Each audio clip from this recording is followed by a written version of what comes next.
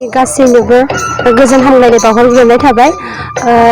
जोङो दायो दिल्लीयाव 26 जानुवारि जितु फैबाय थानाय 2023 मायथाइनि बेयाव जोङो गावनि बर' हारिनि मोनसे मोसानाय बारदै सिख्लाखौ दिन्थिफुंनो थांगासिनो। जों दायो जोबोद गोजोननाय मोनदों जितु जोंनि बर' हारिनि मोसानायखौ दिन्थिफुंनो मोनगोनखौ। बेनिखायनो रायजो राजा नोंथांमोननिसिम गुरै खावलायहरनाय जाहाथे जोंनो बोर सारस्रिहरो, जाहाथे जोङो मोजाङै मोजां मोसानानै फैनो हायो, बेनि थाखाय आरज गाबहरनाय थाबाय। दिल्ली थांनो थाखाय जोङो कम्पिटिसन जितिनानै फैबाय। मोननै लेभेल जुनियर लेभेल आरो स्टेट लेभेलखौ जों देरहानो हाबाय। नेसनेल लेभेलखौबो जोङो देरहानो हाबाय। फैयै फैयै दा जोङो निउ दिल्लीनि राजपथ माबायाव दिल्ली गेटआव जोङो दायो 26 जानुवारिनि थाखाय रिपाब्लिक डेआव जोङो फाइनेलि बाहागो लानो मोनदों। बेनि थाखाय जोङो जोंनि हान्जानि जानानै आङो जोबोद गोजोननाय मोनदों आरो बर' हारिखौ गोग्गानानै लानायनि थाखाय जों मोजां मोनदों। जों दायो बेनि थाखाय जोङो प्रेक्टिसबो जोबोद गोख्रोङै खालामगासिनो। जों बहुद गोजोननाय मोनदों। जों रायजो राजानिसिम गुरै खावलायनाय जानो जोंनो अननाय आरो बोरखौ जोंनो गोख्रोङै साबस्रिहरो। गोजोन्थों।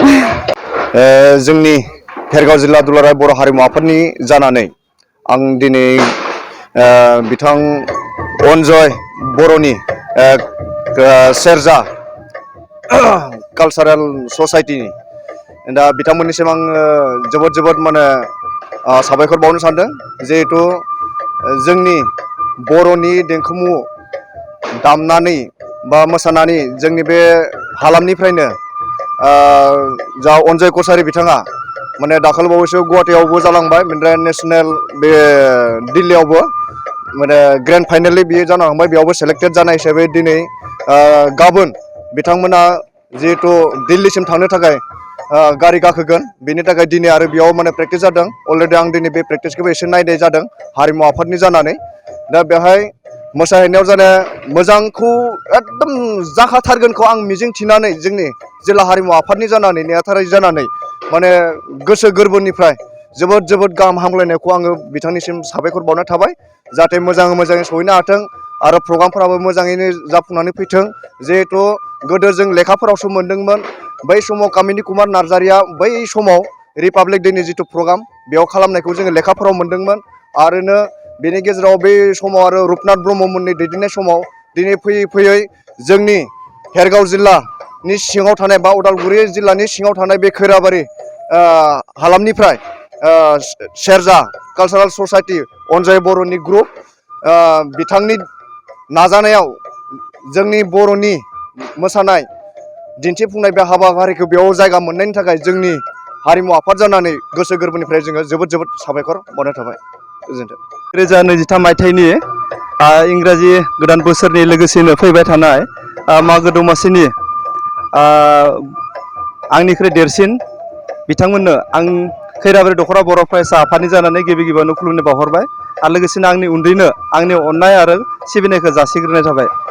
दिनै नैबे समाव जों मोनसे जोबोद गोग्गानाय मोनदों आरो जोबोद गोजोननाय मोनदों गोदान बोसोर बरायनायजों लोगोसे।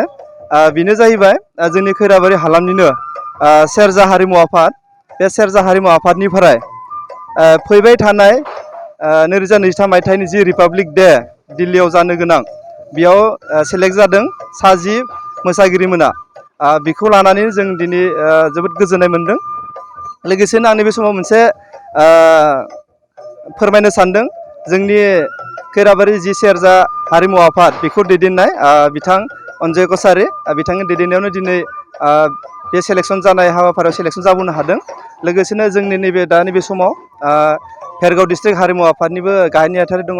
बिथांमोननोबो जों खैराबारि दख'रा बर' फरायसा आफादनिफ्राय जोबोद साबायखर बावहरदों।